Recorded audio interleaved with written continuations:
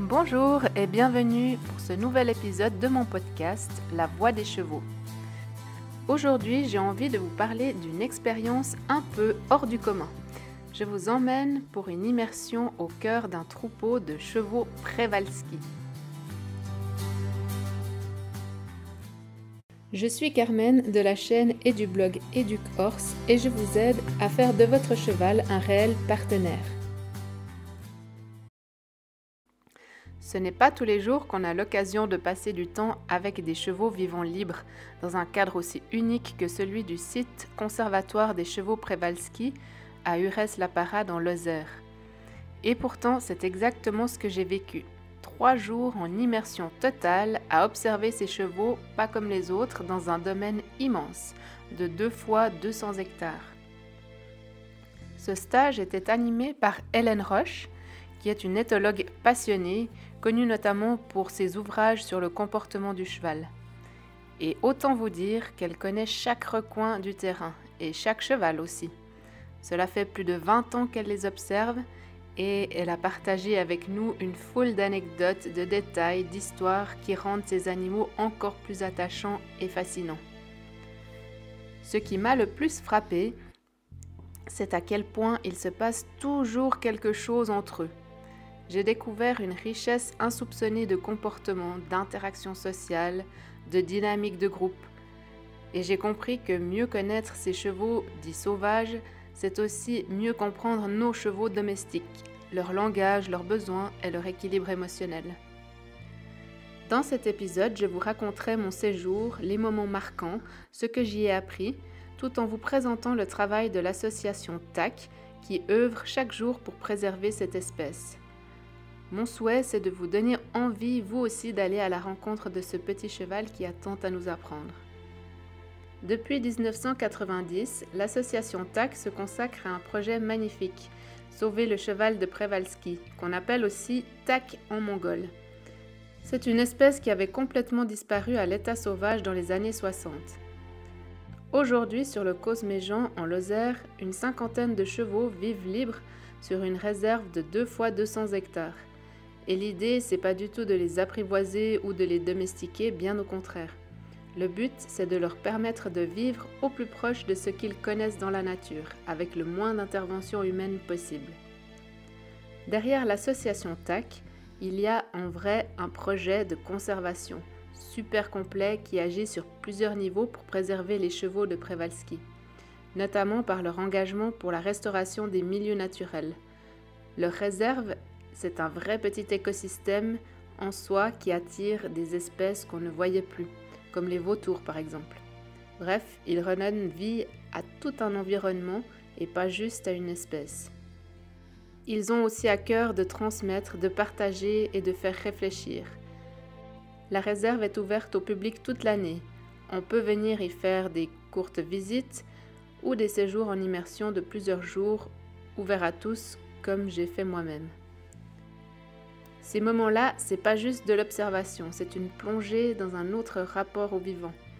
On y apprend sur les chevaux, bien sûr, sur leur comportement, leurs réactions, leur mode de vie, mais ça va au-delà. Ça nous questionne aussi, nous, en tant qu'humains, sur notre place dans la nature, sur notre manière d'être en relation avec les autres êtres vivants. Alors, qui est ce fameux cheval de Przewalski ? Il a été découvert en Mongolie à la toute fin du XIXe siècle par un explorateur russe d'origine polonaise, M. Przewalski. Mais attention, contrairement à ce qu'on pourrait penser, il n'a pas ramené de chevaux vivants avec lui. Il a juste rapporté des peaux.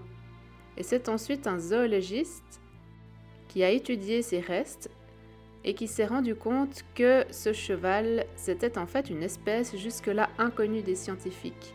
Et c'est lui qui a donné son nom scientifique, Equus przewalski. Il fait partie de la grande famille des équidés comme nos chevaux domestiques, les ânes et même les zèbres. Lui aussi appartient au genre Equus. C'est un cheval plutôt petit, assez costaud, avec une robe Isabelle et sa crinière est courte et toute dressée. Pendant longtemps, on a considéré le cheval de Przewalski comme le dernier vrai cheval sauvage, celui qui n'aurait jamais été domestiqué. Sa crinière dressée, c'est un trait qu'on observe chez tous les chevaux sauvages, à l'inverse de nos chevaux domestiques qui ont une crinière qui tombe. Une autre chose vraiment intéressante, c'est au niveau des chromosomes. Le cheval de Przewalski en a 66, tandis que nos chevaux domestiques en ont 64. Généralement, quand il y a un décalage dans le nombre de chromosomes, la descendance issue d'un croisement devrait être stérile, comme pour le mulet qui est issu du croisement entre un âne et un cheval. Mais il y a un fait assez étonnant, c'est que le cheval de Przewalski, qui est croisé avec un cheval domestique, ont des hybrides généralement fertiles. Et à l'œil nu, on ne peut pas vraiment les différencier, sauf peut-être à la deuxième génération, si une robe particulière due à un gène récessif se manifeste. Mais en gros, le seul moyen fiable pour les identifier, c'est grâce à une analyse génétique. À la fin du 19e siècle, il y a une vraie fascination en Occident pour les animaux exotiques. C'est un peu l'âge d'or des zoos, des jardins d'acclimatation et des fameux cabinets de curiosité où les riches collectionneurs cherchent à exhiber des espèces rares, soit pour leur plaisir personnel ou soit pour les offrir aux zoos qui se multiplient un peu partout.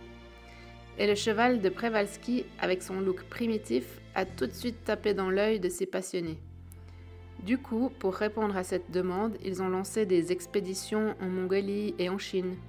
Au début, c'était pas simple, mais les chasseurs ont vite adopté une méthode assez brutale. Ils tuaient les chevaux adultes pour pouvoir capturer plus facilement les poulains. Ces petits étaient ensuite placés auprès de juments domestiques mongols pour survivre en captivité. Ça n'a pas été sans impact. On peut même penser que ces actions ont probablement accéléré la disparition de l'espèce à l'état sauvage, même si elle était probablement déjà en déclin.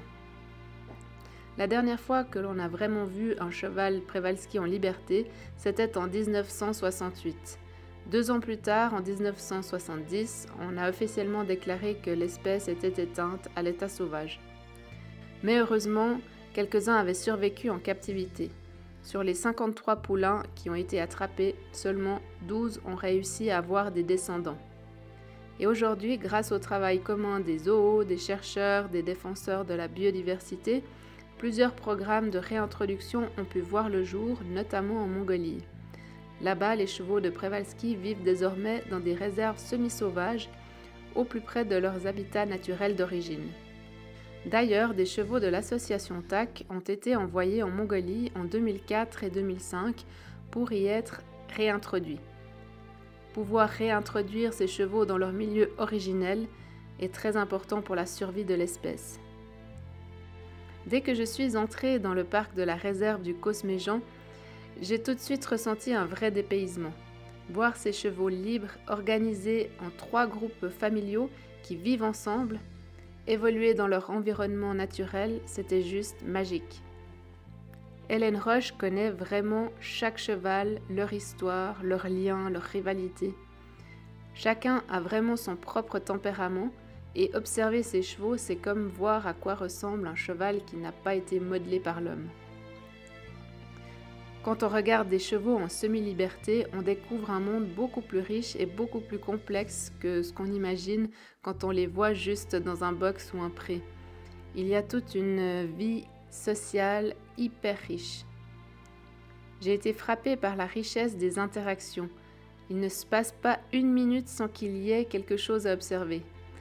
Un poulain qui joue, 2 chevaux qui se toilettent mutuellement, un étalon qui marque son passage, une poursuite entre étalons, un jeu qui tourne mal, une bagarre ou un étalon familial qui conduit son groupe. Et il y a aussi des comportements plus subtils, comme quand ils surveillent l'environnement ou qu'ils flairent les odeurs. En les regardant vivre comme ça, j'ai vraiment compris à quel point leurs liens sont complexes. Et j'ai aussi réalisé que le rôle d'étalon familial est très exigeant. C'est un job à plein temps, où il faut être vigilant en permanence pour défendre sa place et ne pas se faire remplacer par un autre mâle. Un étalon familial vit généralement avec 2 à 4 juments qu'il doit à la fois protéger et garder auprès de lui. Il ne suffit pas qu'elle le tolère, il doit créer un lien de confiance assez fort pour qu'elle n'ait pas envie de le quitter. En même temps, il doit rester constamment en alerte pour repousser les étalons célibataires qui tournent autour. toujours à la recherche d'une occasion pour séduire les juments. J'ai aussi remarqué que les étalons familiaux n'éliminent presque jamais simplement par besoin. Pour eux, le crottin et l'urine sont de vrais outils de communication. Ils marquent leur passage en déposant du crottin sur celui des autres mâles et ils masquent l'odeur de leur jument en urinant sur le crottin et l'urine de leur jument. Et dès qu'un étalon célibataire s'approche d'un peu trop près, l'étalon familial réagit très vite. Il démarre alors une course pour le chasser, parfois sur plusieurs centaines de mètres, jusqu'à ce que les intrus soient assez loin pour ne plus représenter une menace.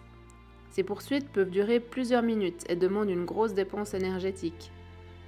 Ce rôle demande aussi une vigilance constante. L'étalon familial lève souvent la tête pour scruter les alentours, surveille les autres mâles et intervient dès qu'un membre de son groupe, jument ou poulain, s'éloigne trop. Dans ce cas, il fait ce qu'on appelle une conduite. Il baisse la tête vers le sol et oriente le groupe dans la direction qu'il souhaite.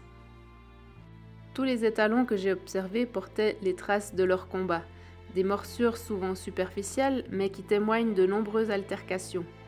Parfois, ces conflits peuvent aller plus loin et causer de vraies blessures pouvant conduire jusqu'à la mort.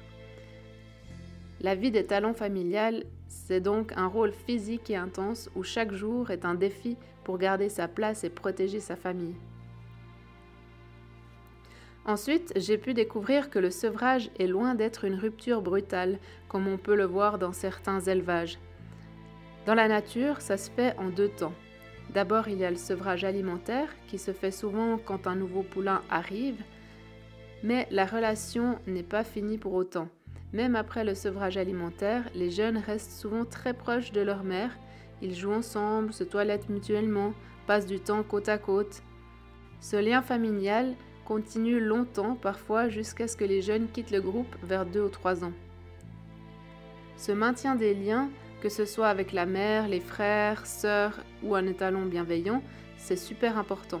Ça leur sert de base pour apprendre à vivre socialement, à comprendre les interactions avec les adultes, avec des jeunes d'âge différents, et c'est un vrai apprentissage pour leur avenir. Ensuite, on parle de sevrage social, lorsque les jeunes quittent leur groupe familial. Quand une jument, par exemple, commence à avoir ses premières chaleurs, elle devient soudainement le centre de toutes les attentions. Des groupes d'étalons célibataires peuvent se battre pour elle, souvent sans vraiment se soucier de ce qu'elle pense. C'est parfois très dur pour elle, surtout si elle n'a pas encore de lien avec un étalon. Quant aux jeunes étalons, c'est pareil, ils quittent souvent le groupe familial pour rejoindre des groupes de mâles célibataires. Ces groupes sont comme une école de la vie sociale. Ils y jouent, ils apprennent les codes entre mâles, gèrent leurs émotions et leurs tensions, et c'est une étape clé pour construire leur futur rôle, que ce soit comme étalon familial ou pour rester dans un groupe d'étalons célibataires. On voit apparaître chez eux des jeux de simulation, des défis, les rituels autour des crottins ou encore des comportements d'intimidation. Ces choses commencent souvent vers 4-5 ans. Certains étalons restent dans ce mode célibataire toute leur vie, sans jamais former de groupe avec des juments. D'autres tentent leur chance à la saison des reproductions et ils testent leur force face aux étalons déjà installés. Une autre chose qui m'a vraiment frappée, c'est le libre arbitre des juments. Contrairement à ce qu'on pourrait croire, elles ne sont pas juste possédées ou dominées par les étalons. En fait, elles ont leur mot à dire et tissent des liens très forts avec les autres juments de leur groupe. Parfois, si une jument décide de changer d'étalon, elle peut être suivie par une ou plusieurs de ses copines. Elles peuvent choisir de quitter leur groupe pour en rejoindre un autre, même si cela ne plaît pas à leur étalon. Cette dynamique montre bien que le pouvoir des étalons n'est pas absolu. Ils ne peuvent pas forcer une jument à rester contre son gré. C'est elle qui décide. Et souvent, ce ne sont pas les étalons qui provoquent les départs, mais plutôt des tensions entre juments elles-mêmes. Par exemple, l'arrivée d'une nouvelle jument qui serait peu sociable, ça peut créer des frictions qui poussent tout un groupe à partir. Un autre point important, c'est l'expérience des étalons. Leur comportement change beaucoup selon s'ils sont débutants ou expérimentés. Hélène Roche nous a raconté l'histoire de Wasabi, qui était alors un jeune étalon. Au début, avec sa première jument Hécate, il était plutôt dur, voire agressif. Il la mordait, procédait à des conduites insistantes et l'isolait. En fait, ce comportement traduisait surtout un manque de maturité et d'expérience sociale. 1 an plus tard, Hécate a été reprise par un autre étalon, Colombo, un étalon plus expérimenté, plus respectueux et doux. Et pendant ce temps, Wasabi est redevenu un étalon célibataire, et il l'est toujours actuellement. Cette histoire montre bien que tous les étalons ne sont pas pareils. Ceux qui savent vraiment créer un lien avec les juments sont souvent moins agressifs et ils sont mieux acceptés dans le groupe. La réintroduction des chevaux de l'association TAC est avant tout une histoire d'apprentissage collectif. Quand les premiers chevaux sont arrivés sur le domaine, après leur transfert depuis les zoos dans les années 90, ils ne se connaissaient pas. Ils n'avaient pas encore acquis les codes sociaux nécessaires pour vivre ensemble en liberté. Les étalons notamment n'avaient pas appris à cohabiter avec d'autres mâles. Certains se montraient très agressifs et d'autres fuyaient tout contact. Il a donc fallu du temps pour que chacun trouve sa place. Petit à petit, grâce à la naissance de poulains directement sur le domaine et à l'observation des comportements des autres, les jeunes ont commencé à développer des vraies compétences sociales. Et c'est avec cette nouvelle génération née sur place que les premiers groupes stables ont pu se former. Il a fallu donc plusieurs années pour que les relations se régulent et qu'on puisse observer une organisation sociale fluide, proche de ce que l'on voit dans des populations sauvages. Observer les chevaux de Przewalski qui vivent en liberté, c'est aussi une vraie source d'inspiration pour penser autrement le bien-être de nos chevaux domestiques. Ces chevaux-là, souvent considérés comme les plus proches du cheval sauvage d'origine, vivent dans un mode de vie hyper naturel. Ils passent entre 14 et 16 heures par jour à manger des fibres, ils bougent quand ils veulent, ils se reposent par petites phases et ils vivent en groupe avec des interactions sociales super riches tout le temps. C'est ce quotidien-là qui est aujourd'hui une vraie référence en matière de bien-être. Et quand on regarde nos chevaux domestiques, souvent on est bien loin de ce modèle. Beaucoup de chevaux sont encore confinés en box avec peu ou pas de contacts sociaux et pas d'accès libre à la nourriture. Ce mode de détention peut provoquer des graves problèmes, que ce soit des troubles du comportement, des coliques ou d'autres maladies. Ce que les chevaux de Przewalski nous montrent, c'est que le bien-être n'est pas juste de ne pas avoir mal ou de ne pas avoir faim. C'est surtout pouvoir exprimer librement tout ce qui fait leur nature profonde. Les observer nous pousse à repenser nos façons de faire. Et si au fond, offrir à nos chevaux plus d'espace, plus de choix, plus de relations sociales n'était pas un luxe, mais une vraie nécessité. Mais comment savoir si notre cheval se sent bien ou pas? La clé, c'est d'apprendre à vraiment observer le comportement de nos chevaux au quotidien. Par exemple, une posture un peu figée, une hypervigilance, une agressivité envers nous, ou encore des comportements répétitifs comme le tic à l'appui, le tic à l'air, ou le tic à l'ours, ou des mouvements bizarres de la langue. Tout ça, ce sont des signaux qu'ils nous envoient. Mais ces signaux, qui peuvent être assez subtils parfois, sont souvent ignorés ou mal interprétés par manque de connaissances. Le cheval parle beaucoup avec son corps et surtout avec son visage. Parfois, les signes sont très discrets, comme une lèvre un peu tendue, des narines qui s'étirent, un menton qui se crispe, ou des oreilles qui se tournent vers l'arrière. Tous ces petits détails peuvent nous dire qu'il est mal à l'aise, ou qu'il a mal quelque part, ou qu'il est stressé. Mais attention, ce n'est jamais un signe tout seul qui compte, c'est plutôt la combinaison de plusieurs choses.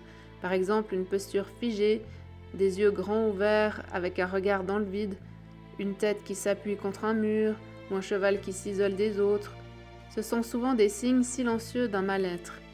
Apprendre à reconnaître tous ces petits indices, c'est donner à notre cheval la chance de comprendre ce qu'il ressent avant que ça ne devienne un vrai problème. Ça nous permet aussi d'aiguiser notre regard, de mieux prendre soin de lui, de son corps et de son esprit. Parfois juste prendre le temps d'observer attentivement peut tout changer. Si vous avez envie de soutenir l'association TAC, sachez que ce n'est pas juste un simple don. En les aidant, vous participez vraiment à la préservation d'une espèce unique, le cheval de Przewalski, mais aussi à la restauration des steppes où ils vivent. Alors, comment faire? Il y a plusieurs façons. Vous pouvez faire un don ou parrainer un cheval. C'est super simple, je vous mets le lien en description. Si vous êtes une entreprise, une association ou une institution, vous pouvez devenir partenaire. Vous pouvez aussi partager leurs actions sur les réseaux sociaux, leurs appels aux dons, leurs événements. Ça aide beaucoup à faire connaître leur travail. Et puis, vous avez toujours la possibilité de participer à un stage ou même d'en offrir un. C'est une façon très directe de les soutenir et en plus, vous découvrirez leurs enjeux de près sur le terrain. Personnellement, j'ai adoré ces 3 jours d'immersion avec eux. C'était incroyable. Je recommande vraiment à tous ceux qui veulent voir des chevaux vivants libres de tenter l'expérience. Vous apprendrez énormément de choses et votre regard sur les chevaux va changer. En plus, l'endroit est magnifique, très dépaysant et Hélène Roche est une personne passionnante et passionnée et ça se sent dans tout ce qu'elle transmet. Je la remercie d'ailleurs beaucoup pour ce qu'elle nous a appris, toutes ces pistes de réflexion qui nous font vraiment avancer. Alors n'hésitez pas à les suivre sur les réseaux sociaux et à partager cet épisode s'il vous a plu, parce que c'est aussi une belle façon de les soutenir. Merci pour votre écoute et je vous dis à très vite pour un prochain épisode.